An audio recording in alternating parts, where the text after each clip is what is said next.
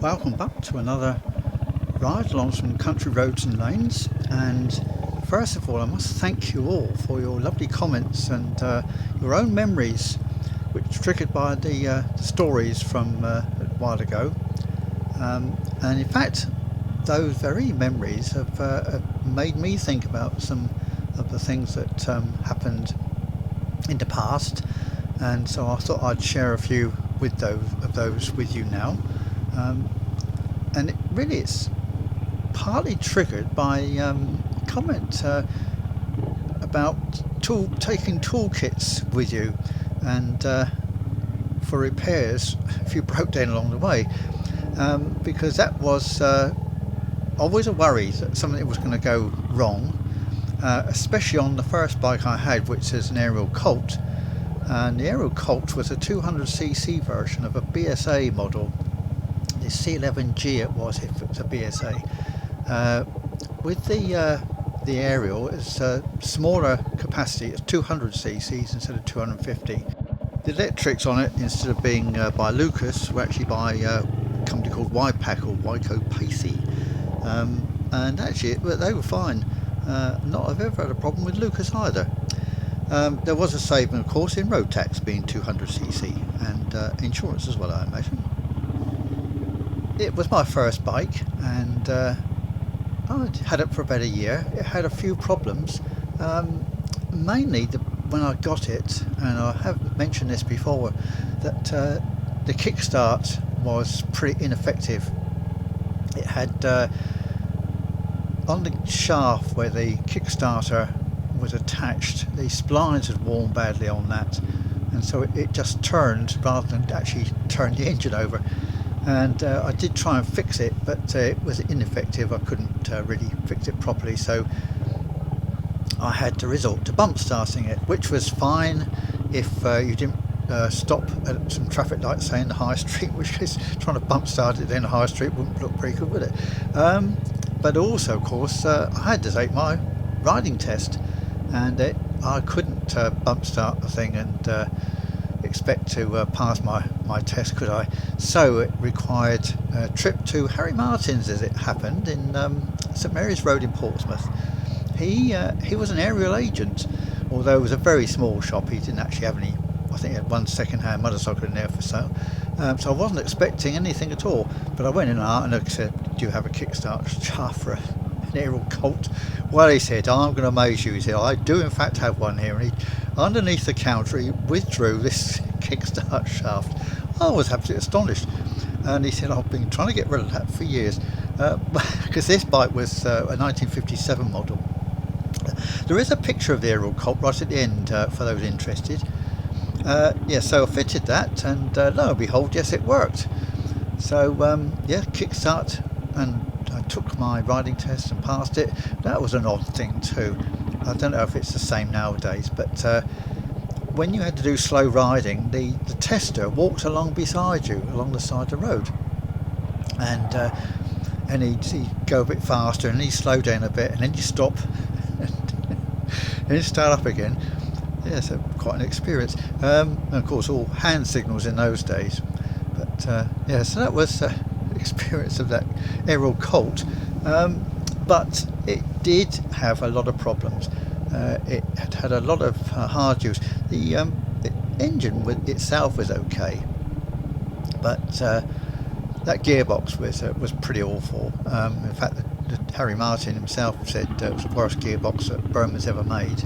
It would jump out of third gear from time to time, and I tried to fix that, but I couldn't seem to cure it. But also, I didn't have any money, of course. I was still at school, and I was still only on 5 shillings a week pocket money.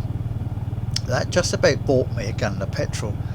Now, Mum and Dad did actually buy my insurance for this bike, because I bought it by selling the moped I had for a tenner, £10. And so I got the bike through a friend at school, Andy. He knew someone who had this bike, and he wanted to sell it, so that's how I came upon it.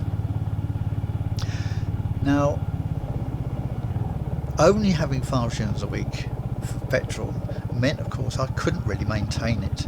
and that was a big problem because the chain, the primary drive chain from the engine to the gearbox, was wearing badly, and the rollers were breaking up, leaving only the pins. On a chain you have rollers which rotate and pins which hold those rollers. Now I thought in my ignorance that surely that would be okay, despite the fact that a lot of rollers had broken and fallen to the bottom of the chain case. Well, of course it wasn't. So on a ride, not that far fortunately, the chain broke and wrapped itself around the engine sprocket, causing the engine to seize up. Oh dear. Well, anyway, I stripped it down, and yes, this is how you learn a lot about engines. Stripped the engine down and discovered the problem. Fortunately, it hadn't done too much damage. Just needed to unwrap the chain from the sprocket and put it all back together again. So I did that and bought a new chain. Well, somebody bought me a new chain. I couldn't afford it, so somebody bought me a new chain. Mum and Dad. Nowadays they buy you a car, wouldn't they? Oh, not me, but anyway, I'm sure that some children get their cars bought for them, as we know, and all the running costs. But times have changed, and we must move on, I suppose. I don't quite know why, but well, yes, I suppose we have to. So what else went wrong with the bike? Oh, that's right, the rear wheels sprocket on the rear chain. That the welding came adrift on that, and I was at the top end of Portsmouth, about 3 or 4 miles from home, unfortunately not too far, and suddenly I lost all drive, and the sprocket was just turning helplessly without transmitting anything to the rear wheel. So another push home, forever pushing that bike. Good job it was only light. Yes, I built up quite a few muscles there. But actually, when I went to bought another bike after this, because at college the chap wanted to buy it, and he said, "Oh, it's been reliable, hasn't it?" I didn't like to say, "Well, actually, not terribly," but anyway, it was all right for him. He obviously had a bit of money, so he was able to maintain it properly, as one has to with these things. So that's when I bought my Royal Enfield Crusader Sports with the money I got from that, and that was an expensive bike, as I've related to you before. Yes, but I did have a bit more money then, and I could maintain that properly. Ariel Colt, of course, wasn't reliable enough to get me very far. It got me down country lanes, and that's where my love of little country lanes comes from. But it wasn't good enough to take me to Brands Hatch, and I ideally wanted to go to Brands Hatch to watch the racing. Fortunately, I had a friend, Mick, who was about 7 years older than I was, and he had a car, and he also wanted to go to Brands Hatch. So, well, how fortunate is that? Because 2 of my other friends said, "Well, can we come too then?" So 3 of us and Mick got into this old Ford Popular, a mid-50s, 1950s Ford Popular, 3-speed, and left very early in the morning for practice. We always wanted to go to practice, to see the practice. So off we get to go to Brands Hatch, and in those days you had to go right through a lot of little villages. Godalming, Dorking, Binghammer was another one. I can't remember half the places now. This was all before the South Circular around London. And we arrived at Brands Hatch, and then of course the decision was made where to stand to watch the racing. Well, we decided on Clearways. Now quite why I don't know, but anyway, that's where we stood. And it wasn't long before a marshal riding up towards Clearways. Now Clearways is a peculiar bend. It's on a rise, and the bend tightens up, and if you don't know that, then you could be in for trouble. Well, the marshal, unfortunately, obviously didn't realise this, and our first experience of Brands Hatch was this marshal going a bit too fast and ended up in the bank. Anyway, he wasn't hurt, fortunately. His bike was a little bit dented, and the pickup vehicle came round and carted him back to the pits, I suppose, where he duly got hammer out, I expect, a mallet, or a percussive instrument, as someone mentioned, call them, and straightened it up for him. So yeah, the racing was fantastic, of course, and the smell of racing oil is still in my nostrils today. In those days, two strokes were in a rarity. Mainly it was 4 strokes. It was the 350 AJSs, the Matchless G50s, and Max Norsons, of course. But yeah, there were a few 2 strokes, but they were a bit unreliable in those days. Not so now. I don't know a bit now. I don't know what racing machines there are at all. I don't follow it at all now. But yeah, love going to Brands Hatch, and love being with friends in that car. Great fun, and spectating. Latterly, of course, I then started to ride once I got to Crusader Sports, which in many ways was a nice bike. Unfortunately, Arthur, a friend of mine, never seemed to have a bike going. His first bike was a Norman B4, which was a twin-cylinder Villiers engined 2-stroke. But he got rid of that to get a Gold Star 350.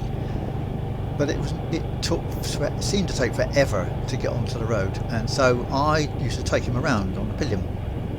And he was quite a big lad in those days. Not so much now. I immigrated to Australia and had to lose a lot of weight because of the heat. So he told me. Anyway, yeah, he used to complain about vibration on the footrests, rear footrests of that Enfield, and it used to make his feet go numb after about 5 miles. But Malcolm had a Ducati. I think it was a Monza 200, not quite sure. Anyway, it's an overhead camshaft, nice little bike, single cylinder Ducati, dating from around that 1960s, I think it was. And he and I used to ride up together quite often, and we used to leave very early, and very early on a Saturday. This was we were going up for a club day. It wasn't public racing so much. It was just a club event, and going through Godalming, absolutely empty it was, and we were pulled in by a police on his own. Now, whether he was lonely, I don't know, or he was simply after some brownie points, but anyway, he reckoned we were doing 42 in a 40 limit. Well, what could we say, really? I don't actually, even to this day, I don't think there was a 40 sign. I think he was just trying it on, but we did get fined a £5 each, and ever since then I've been a bit cautious about exceeding speed limits. I don't want to give anybody my hard-earned pennies. Malcolm's father did actually notice in a newspaper that a lot of people were caught on that 40 thing because the signs weren't very clear. So he did actually try to complain, but didn't get anywhere. No, I didn't bother. So I thought, well, I've paid me money now, so that's it. Move on. Yeah, so we did actually, we had some good times actually going to Brands Hatch, and I went up loads and loads of times on various machines. And I do remember, and I don't know if other people remember this, but John Player Cigarettes sponsored the Norton racing team, and they had these girls, very skimpy clothing, going around selling cigarettes. John Player special cigarettes and things like that, because I wasn't a smoker. Arthur used to smoke, but he didn't like the cigarettes, so he never bought any. But yeah, that racing team, I think it was run by a chap called Frank Perris, and there was Phil Reed was one of the members, Peter Williams, another rider. Can't remember, there was a third. I don't know if it was John Hartle, but I can't quite remember now. But yeah, it was some good racing in those days, and I used to absolutely love it, and especially short circuit racing. I preferred that actually to the road racing, which I did go over and see, but no, I preferred the places like Brands Hatch. Liddon Hill was another one that used to go to. Castle Combe. Used to go up for the Thruxton 500 miler, which was held variously at different places because the Thruxton circuit was badly broken up, so they didn't hold that there. They held it at Brands Hatch once, a couple of times I think I went up for that. Yeah, so happy days. The Crusader Sports did actually let me down right at the start. I'd only had it a couple of weeks, and on that, the primary chain, it fell off. Fortunately, without doing any damage, it fell off its sprocket. It had a spring link, and that spring link must have given way, and the chain fell to the bottom of the chain case. Well, I was about 20 miles north of home, so I couldn't see myself pushing all that way. Fortunately, I wasn't only about 5 miles from Alton, and at Alton, Mum and Dad had a friend or some friends. So I thought, well, I could push to them and see if they could help. So I did that, but I couldn't remember where they lived. So I had to push up quite a few roads before I recognised the house. Anyway, I pushed up to their driveway. So I've broken down. Oh, well, we'll take you back home. So they popped the bike in their shed and ran me home in the car. It was so kind of them. And of course, when we got back home, what's happened to you? Well, it was a surprise for them, me turning up with their friends. We arranged that they would bring my bike back in. He had a van, and he'd get the bike into the van with help and bring the bike back to me in the following week. So amazingly kind of them. I don't think I've thanked them enough. So I know you're not around now, but thank you in hindsight, and I apologise if I didn't thank you enough at the time. So you would have thought after that experience I would have got it taken out some breakdown cover, wouldn't you? Well, I never actually had breakdown cover on a motorcycle until these Royal Enfields, and there is a warranty that comes with them, of course, from Royal Enfield themselves. I don't know what it's like. I haven't had to use it, thankfully. But I've also taken a secondary breakdown cover. It's the same cover that I have on my car, and they've proved to be excellent because I had them with my motorhomes, and those motorhomes, the older one, broke down a few times, and once they took us all the way back from Wales, South Wales, all the way back home. Fantastic service, very quick, and so I've signed up with them for the car, and it covers me on the motorcycle as well, so you need not worry now. Despite that, I do take a very large toolkit with me. Now, why I do that, I have no idea. I just can't break the habit, and I know that there's someone else out there who does exactly the same. Completely unnecessary. Oh, not entirely. I mean, if a screw came undone, at least I've got something I can tighten that up with. I've also got a puncture plug outfit to plug the tubeless tyres if I need to, although I don't think I would. I'd call up the breakdown and bring my bike home and do it at home, I think, rather than try and do it on the other side of the road.